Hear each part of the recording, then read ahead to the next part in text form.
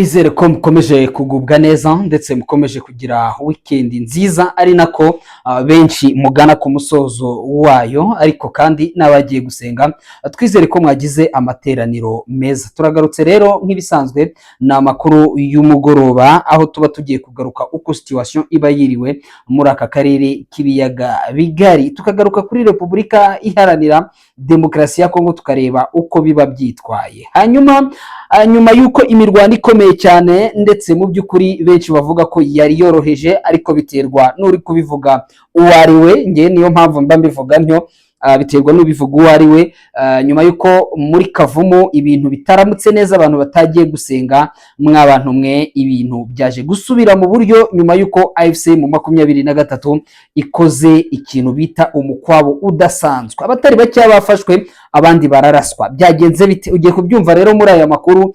Ni ukuvuga ngo tubazaniye uko situation yagenze magingo aya ngaya, ibintu bisa nkaho byamaze gusubira mu buryo, ariko kandi ntabwo twavuga ko byarangiye. Uraje rero byose ubimenye, umenye uko situation zikomeje kugenda zitwara. Hagati aho ngaho mu misozi ya miremire ya Minembwe nuko nguko niko bikimeze, ariko kandi n'imirwano noneho navuga ko ari imirwano y'indimbura irakomeje muri Gatoyi, aho AFC mu 23 isaha yari yose mushobora kumva yongeye kwisubiza Gatoyi, ari nako coalition nayo irimo irwana ishyiramo imbaraga yegera ibice bisa nkaho byegereye axe ya Rubaya. Ibi nabyo turaje tubigarukeho tubabwire ese biraza kuba birangira gute, birerekera hehe, urabimenya uko situation zikomeje kwitwara. Hagati aho muri Shabunda imirwano ikomeye cyane yahuje Wazalendo ku giti cyabo, barasanye ku rwego rukomeye cyane, ndetse abatari bake barahasiga ubuzima. Turagaruka ku mibare yabo, ari nako turi buze kugaruka ku musirikare ufite ipeti rya kapiteni nawe yaje kurasirwa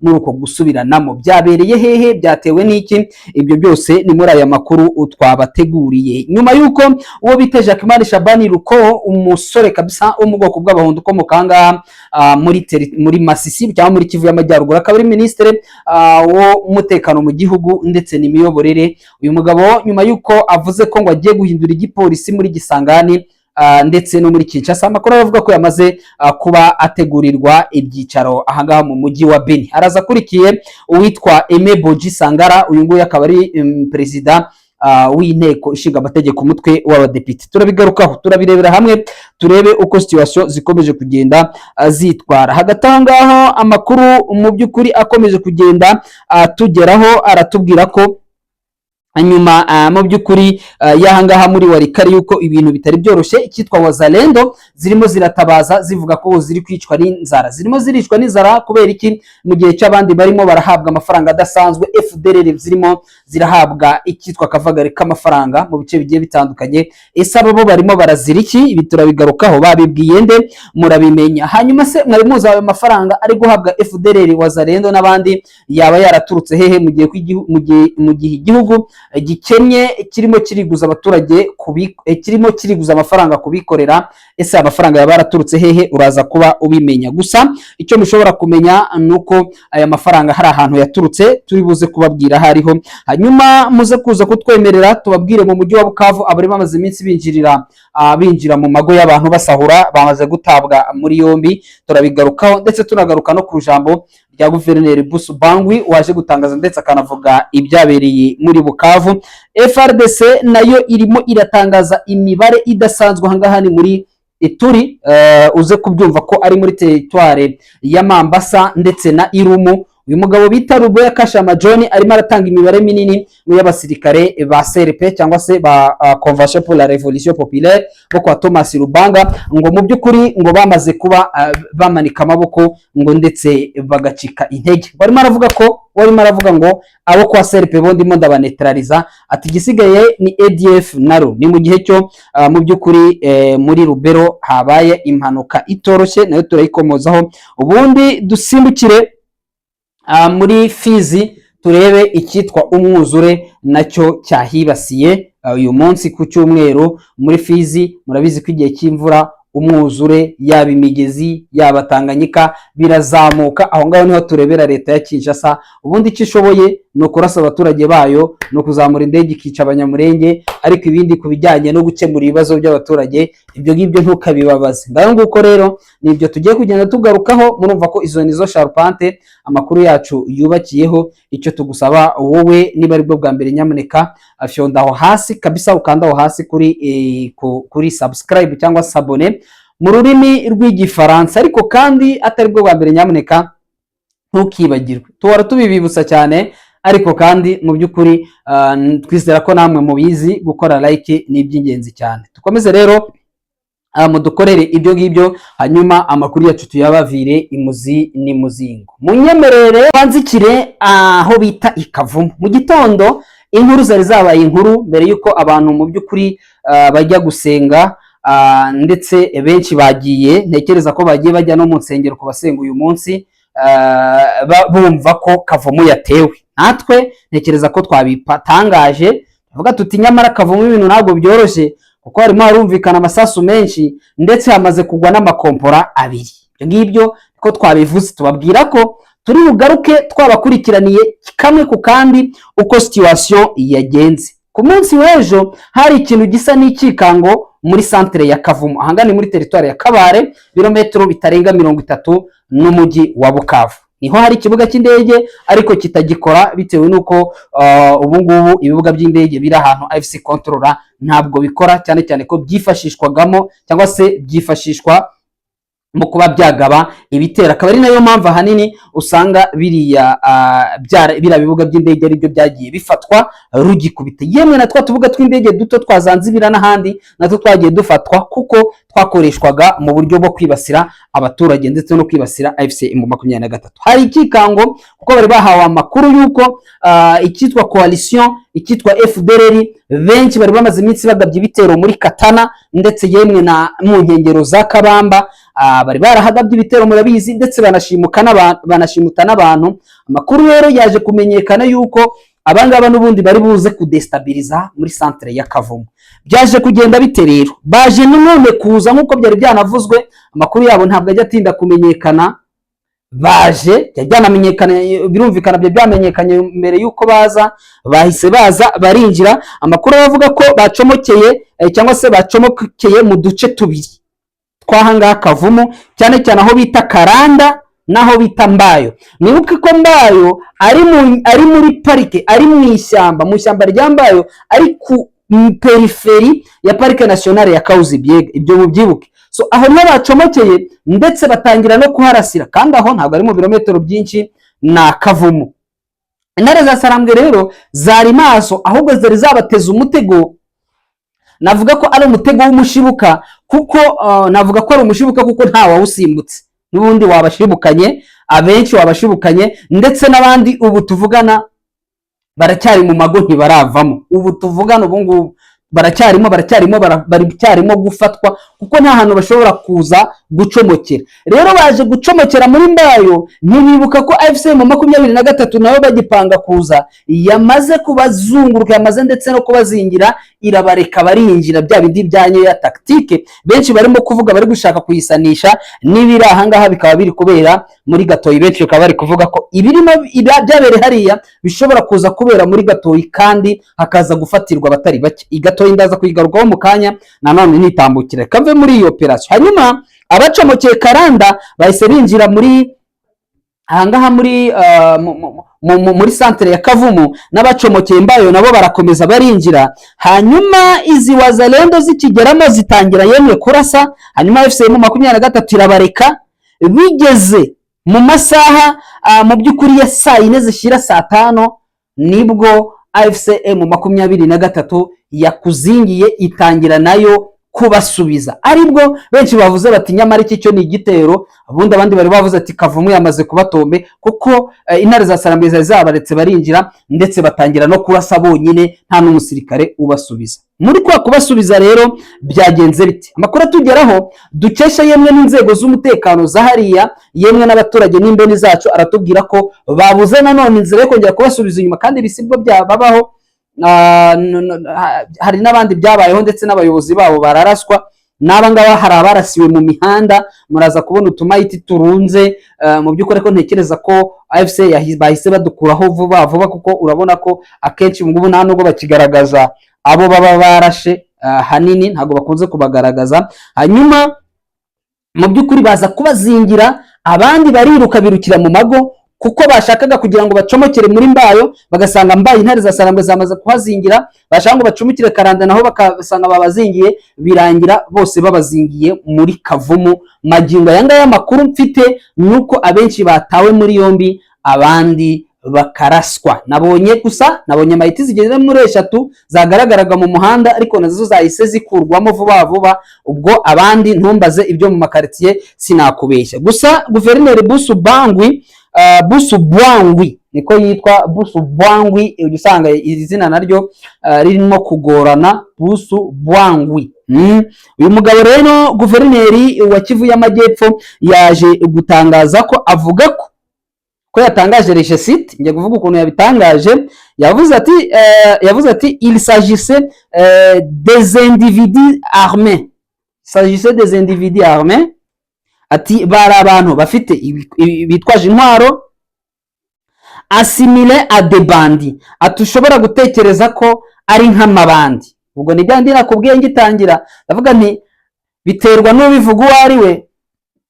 Twebwe nk'abantu bavugira wenda abaturage cyangwa se abavugira abaturage, twe twavuga ko rwari urugamba, ariko nk'umuyobozi cyangwa umusirikare uhari ashobora kukubwira ko ari amabandi yari yateye, ariko mu by'ukuri nk'uko Guverineri yabivuze ahangaha. Yavuze ati il s'agissait des individus assimilés à des bandits qui ont été rapidement maîtrisés par les éléments de patrouille. L'autorité provinciale assure que la situation est désormais sous contrôle et que les personnes interpellées seront présentées à la population. Aravuga ati twebwe ntabwo duhise tunabigira icyo tubatangariza, ati yari amabandi, bari abaturage bagaragara nk'amabandi bafite imbunda, ati abenshi twabafashe, ati kugeza amagingo ya muri Kavumu umutekano wagarutse, ati kandi noneho icyo dushobora kubabwira niyo message yaduhaye. Aravuga ati icyo dushobora kubamenyesha nuko mu kanya, mu masaha ari imbere, ayo mabandi turi buze kuyagaragariza abaturage. Ngayo nguko rero icyo naho dushobora kukirengaho, twashaka kugira ngo ibyo byose tubikiriyaringe, tubishyireho umucyo. Gusa ngicyo navuga mw'abantu mwe, y'amabandi atangiye kwitokeza akava mu shyamba, akava za Bunyakira, akaza akadestabiliza ahantu bazi ko hari security, hari icyo baba bari gutekereza. Gusa nongere ngaruke ku kindi kintu navuze, ndetse no ku munsi w'ejo ndi mu kiganiro na Clever Bemba, nababwiye nti abangaba kuba barimo barahabwa amafaranga mu bice bigiye bitandukanye biratuma barwana nk'abiyahura kugira ngo bagaragare. Na babandi bari baracitse intege, baracecetse, batakirwana, bafite ubwoba, ari amafaranga agiye gutuma bigaragaza barwana cyane ku rwego rudasanzwe, kugira ngo bumvikane ko bahari, ari amafaranga nabo bayahabwe. Niyo mpamvu wumva barimo baratinyuka bakaza na Kavumu vrema. Ubwo se bajyaga Kavumu bazi ko bari butahe? So ntekereza ko rero wenda hari icyo nshobora kwita wenda nk'icyizere wenda bahawe, bakavuga bati wenda turaza gutanga musada zirantera hamwe ziri muri parike ya Kahuzi-Biega, kandi ubundi vrema gusohoka, yaba antere ya Bunyakiri, yaba sorti, yaba hehe, ASM 23 birabice hafi ya byose yamaze kubikatinga. Kuba wasohoka na ririya shyamba, yego ni rinini kandi rigiye rikora kuri kare, rikoze kuri Karehe, rigakora no kuri Kabare, kandi ibyo bice bituriye parike birumvikana bigomba kwibasira uko byagenda uko ariko kose, kandi umuntu n'umuntu ntabwo ari inyamaswa ngo washyiraho uruzitiro. Ikindi kiyongereho n'abaturage bavuka hariya, kuba bakwiyubekeranya bagakuramo ama uniform, bakaza bakegura utubunda bari bafite muri quartier, bagatangira bakarasa. Icyo si igitangaza. Ariko kandi hari ibyo nagarutseho, ndavuga nti nyamuneka mwebwe mwabayobozi mwe, nye viongozi kabisa ba muile eneo, icyo musabwa ni kimwe. Icyo musabwa mugomba gukorana neza n'inzego z'umutekano. Igihe cyose muzagira kubika amabanga ndetse no guhishira ibyo bisambo byanyu, bizarangira bibamazeho urubyaro. Guhishira umurozi ngo bikarangira kumaze ku rubyaro. So rero namwe hari ibyo musabwa gukora. Nari nakomoje ku mafaranga, nari nakomoje ku by'amafaranga. Ese ari amafaranga arimo arahabwa FRDC mwayimuzi aho ari kuva? Kansome message y'umuntu yanyandikiye. Nanjye mu by'ukuri navuga ko ntabwo narinzi ko amafaranga ava muri leta. Yanavuze nti se leta mu by'ukuri izwiho kuba iri kwiguza amafaranga ku ba particulier kubera kubura imishahara yo guhemba abakozi. Leta aho twagiye tubona, ndakeka video mwayibonye muri groupe yacu, aho abadepite provinciaux barimo barareklama ngo 15 mois d'arrière cyangwa se amezi 15 badahembwa. Urumva no mwaka urengaho hafi amezi 3 bavuga ko badahembwa, imishahara yabo yabuze. Umuzerendo kujya kumukubita mu FDR ukajya kumukubita ibifaranga bingana kuriya amadolari 350. Ese ubwo ayo mafaranga yavuye? Ibyo bintu ndabitekereza, ndavuga ni leta yabahisemo kuko byose ni amafaranga ava muri Ministeri ya Finance. Ministeri ya Finance niyo iri muri iguza, kuko Ministeri ya Finance niyo idistribute amafaranga ku ma ministeri yayo. None se baba bahisemo Ministeri yo bita Ministeri de la Défense akaba ariyo bashyiramo amafaranga abandi bakayabima? Aho ngaho hose ugashyiraho point d'interrogation. Makuru hari rero aratubwira ko ayo mafaranga, hari uwambwiye aranyandikira ati ayo mafaranga yatanzwe n'abanyaburayi ngo bakoze cotisation yo gushyigikira Wazalendo na FDLR yemwe na FRDC. Burya aya mafaranga ngo ntabwo yavuye, ariko ibi bintu nanjye ndacyarimo kubitohoza, sinzi ngo ntabwo yavuye muri caisse de l'Etat. Ubwo c'est possible ko abandi bakozi baba batari guhembwa, kumva bari abo nibo bari guhembwa, ndetse leta iri muri guza miliyoni zigeze kuri 7. Uyu yavuze ati ayo mafaranga ngo yavuye ku banyaburayi. Si abanyaburayi baba diaspora gusa, ni abanyaburayi ndetse b'abazungu, Ububirigi n'Ubufaransa. Ububirigi n'Ubufaransa ngo bakoze ibishoboka ibyo ari byo byose barakotiza babandi barwanya mu by'ukuri bumva AFC itabaho, AFC M23, babona ko hagiye kuba igisebo kidasanzwe. Ububirigi, Ubufaransa badebloka amafaranga yo guhabwa, yo guhemba abakozi barimo FDLR, Wazalendo na FRDC mu buryo bw'ibanga. Ayabe nanjye ntabwo nari mbizi, n'umuvandimwe wabinyandikiye arabimbwira ati ntukibaza aho ayo mafaranga yavuye, atujye bigarukaho kenshi yatanzwe n'abanyaburayi bakoze cotisation yo gufasha FDLR, FRDC, Wazalendo, abo bose bagafashwa, ariko ifaranga ntirive hariya hantu ngo rigende rijye ku wundi mukozi wo ku ruhande, kuko bo agomba kubamo controle nyinshi. Niyo mpamvu urumva abadepite barira amaemolima yabo, ku imishahara yabo bayita les emolima, barimo bararira imishahara yabo. Nurangiza ugaruke ujye gusanga kuba FRDC, FDLR n'abandi idolari barimo baragenda barijugunya hasi, ugasanga ni nk'ubusa. Ngayo nguko rero. Hanyuma tugikomoza kwibi by'ubukene, amakuru mfite muri territoire ya Walikale arambwira ko ikitwa Wazalendo zo muri Walikale zahamagariye uwo bita Ruben Mikindo. Uyu Ruben Mikindo ni umwe mu ba eli bo muri territoire ya Walikale, we na Willy Mishiki. Bamubwira ko kuko ubundi ni ukuvuga ngo abadepite bono bari muri cyo bita vacances parlementaires, cyangwa se y'amezi bahabwa yo kujya gusura axe zo baturutsemo. Niyo mpamvu babonye ba Emeboji bari kuzana abadepite benshi bari muri vacances parlementaires bagatembera, ariko nk'abo muri Masisi, Rucuro, Goma n'ahandi ubwo bari kubira ibyo bakora bakerekeza hariya muri Beni. Niho bari kujya, bari no gutanga guhereza imfashanyo ngo abaturage bahunze bavuye mu mujyi wa Goma bahungiye muri biriya bice, nibyo bari gukora muri ziriya axe. Uyu Ruben Mikindo rero akigera muri Walikale, Wazalendo zaho zamutangarije ko ngo zikennye, ngo ari muri en mission dans la zone. Le député national Ruben Mikindo, président de la commission défense et sécurité, a recueilli leur doléance et promet de transmettre la situation à plus haut niveau à Kinshasa. Une parade de réconfort a été organisée pour soutenir le moral des combattants déployés face à l'AFC M23.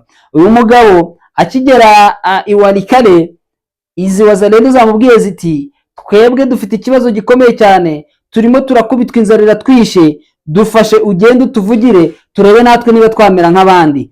Mikindo rero nawe yababwiye ati ndagenda mbavugire ndebe yuko namwe mwabona amafaranga nk'uko bagenzi banyu bo muri za Uvira n'ahandi bayabonye. Hanyuma twihuse cyane ntabwo turi bwirirwe dutinda, ubwo twamaze kuva muri biriya bice turahita dusimbukira ku makuru akomeje kugenda avugwa muri teritwari ya Shabunda mbere ko twurira muri Haut Plateau turebe uko hiriwe. Muri teritwari ya Shabunda imirwano yasakiranyije icyitwa Wazalendo ku bwazo z'ubwazo zarasanye ku rwego rudasanzwe, zirasanyinira aho bita Kisenya, hanyuma ngo mu kurasana n'uyu munsi haza gupfamo abageze muri 6, yego 6, ndetse n'abandi 7 barakomereka. Amakuru aturuka hariya aratubwira ko habayeho n'ubusahuzi bukomeye cyane nyuma y'iyo mirwano muri axe ya Kasenya. Hanyuma muri aba bitabye Imana akaba arimo umusirikare ufite ipeti rya kapiteni wa FRDC wari waragiyeyo, wari urimo arabasensibiliza bigisha muri bya ndimi byabo bya radi. Uyu nguyu akaba yitabye Imana, akaba yarashwe nawe muri uko kutumvikana kwizi Wazalendo. Amakuru tugira akatubwira ko iyi mirwano ndetse yaje gukomeza, gusa ngo abaturage bakaba bahunze benshi cyane, ngo kubera ko no mu gace ko bita Kinzanza naho ngo n'imirwano yahakomereje. Donc yavuye mu gace ko bita Kisenya bajya kurwanira n'ahitwa Kinzanza, akaba ari muri teritware ya Shabunda muri Kivu y'Amajyepfo. Murumva ko bitoroshye. Hanyuma tuvuye ahangaha duhita dusimbukira hano hafi muri teritware ya Masisi. Teritware ya Masisi mwabantu mwe, iyi Masisi yabaye Masisi, imirwano ikomeye cyane yongeye yakomeje kuva ku munsi w'ejo, nyuma yuko koalisiyo yigaruriye agace ka Gatoyi, kigarura kwa Bigembe, Kasheke ndetse na Ngururu. Utwo duce twa Ngururu na Kasheke akaba ari two twatumye Gatoyi igira ikibazo gikomeye cyane. Ingabo zavuye Ngururu zatumye hafi axe yose kuko zishobora no kuzatuma kuba zarahavuye byahaye akazi kenshi cyane abagombye guturuka muri za Kazinga. Amakuru dufite ni uko amakuru atugera tubwira ko imirwano n'ubundi yaramukiye muri Bukumbiriri, imirwano ikaba yaramukiye Nyakigano ndetse na Kiwere. Amakuru aravuga ko FCM 23 yajyanye noneho imbaraga zikomeye cyane ndetse muri Bukumbiriri na Nyakigano ndetse n'agace ko bita Kiwere ho ikitwa Wazalendo bakaba bazisubije inyuma vuba shishitabona. Amakuru aravuga ko rero imirwano ikomeje na n'ubu mushobora kumva Gatoyi bayivuyemo, koalisiyo ivuyemo, kuko noneho ngo amazi si yayandi abaje. Imbaraga z'abariya bari bafite zari imbaraga zo kwa advancinga Kibabi mpaka bakagira ngo mu Rubaya, kuza basatira Rubaya rero FCM 23 naho yabonye amazi atari yayandi, niko gufata ingabo iravuga iti reka tujye gushyiraho ikibambasi gikomeye, niba ngombwa amangaba tubasubiza inyuma. Bitari ibyo ngibyo baradusanga n'ahangaha ntago biri buze koroha, kuko mu by'ukuri byagaragara ko ikitwa intera hamwe zakoze ziri gukora iyo bwabaga kugira ngo barebe niba bakwigarurira iyi Rubaya. Hanyuma muri ibi bice tunahavuye kuko naho ibyaho ntibirasobanuka, ninkubwira ngo ibyaho ntibirasobanuka ubyumva uko nguko, kuko ni imirwano igihari. Ubu ngubu byagorana cyane kukubwira ngo bihagaze bitya. Force du Progrès, Assemblée pour la République, ishyaka rya Moise Katumbi riherereye aho bita Cangu, ni muri province ya Kinshasa. Nabonye abantu z'aba IDPS basenye kabisa, ariko se rwanashyaka ngo naba Force du Progrès koko andi mashyaka zabakizwa n'iki? Abakizwa n'iki kwe? Ntabwo byoroshye kabisa. Hanyuma amakuru aravuga ko mu by'ukuri kugeza amagingo hariya byagorana cyane kuba twabona precision yaho, kuko imirwano ikomeje. Tuhave rero tujye dusimbukira hejuru muri Haut Plateau nanone naho ruracyambikanye. ruracyambikanye, gusa ko uyu munsi imbaraga z'urugamba rwari ruhari ejo n'ejo bundi soko rwiriwe uyu munsi, soko rwiriwe kuko icyitwa drone ngo biragaragara ko mu kirere zisa n'izagabanyijwe. Benshi baba bagiye bavuga bati hari wenda zararashwe zarashize, wapi ntago zashize nyaboneka mu byihorere, nuko barimo barategura gusa nyine izarashwe zirahagije, n'izindi nazo niziza zizaraswa, ariko ntekereza ko AFC mu 23 ishobora kuba hari ibyiri nayo iri gupanga byiza bifatika kugira ngo iriya axe itekane. Bitari ibyo ngibyo bazaba barimo barayinesha muri biriya bice byo muri Haut Plateau, hanyuma na plane barwane, usanga ibintu nanone bibaye bibi kuko dufite amakuru yuko hari igitero kirimo kirategurirwa mu Burundi cyo kugabwa muri plane, nubwo magingo yangaya kitarahagera, ariko isaha iyo ari yose dushobora kumva icyo gitero kihageze. Hanyuma muri Rubero nabonaga Ocha yagiye itanga amakuru, ni wo mushinga nabonye noneho wavuze amakuru ya nyayo, wenda dutekereza ko wenda bizagenda bikagera kuri leta. Nabonye Ocha yatanze abantu bapfuye Masisi bishwe na bombardement za leta, yatangaje iyo raporo, itangaza n'abantu 52 bishwe bashimuswe muri Beni 52, ndetse n'inzu zabo zigasenywa. Ni wo mushinga nabona mu by'ukuri uvuze ku bijyanye na bombardement za FARDC na axe irimo FARDC. So ngayo nguko rero, reka wenda amakuru yacu duse wenda n'abayasoreza ahangaha, twongere wenda tugaruke mu masaha yacu ari imbere. Gusa icyo nshobora kubabwira nuko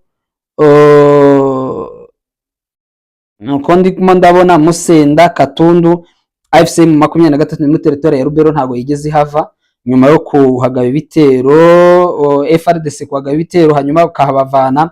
AFC mu 23 twari twiteze ko ishobora gusubira inyuma, amakuru aratubwira ko batigeze basubira inyuma. Turabashimiye cyane rero, nyamuneka tubararikire amakuru yacu nanone ari imbere aza kuba yibanda kuri update ziba zigezweho, ndetse yemwe n'ubusesenguzi buba bugezweho. Icyo tubasaba murakizi, ni subscribe kabisa kuyidukorera, ni sabone niba yarayikoze ni sawa. Simeruka kubona abantu biyabona niba turebwa na audience isanzwe nibyo ntaramenya, ariko mudufashe nyamuneka mu sharing. Uri mu Ngoma ndagusuhuje cyane kabisa, njya mbona ugerageza gupostinga ibiganiro byacu n'abandi bakurebereho, biba byiza cyane mu by'ukuri, hanyuma n'abandi bagakomeza kugenda badukurikira. Twongere dusubire kuri yacu nakagaruka.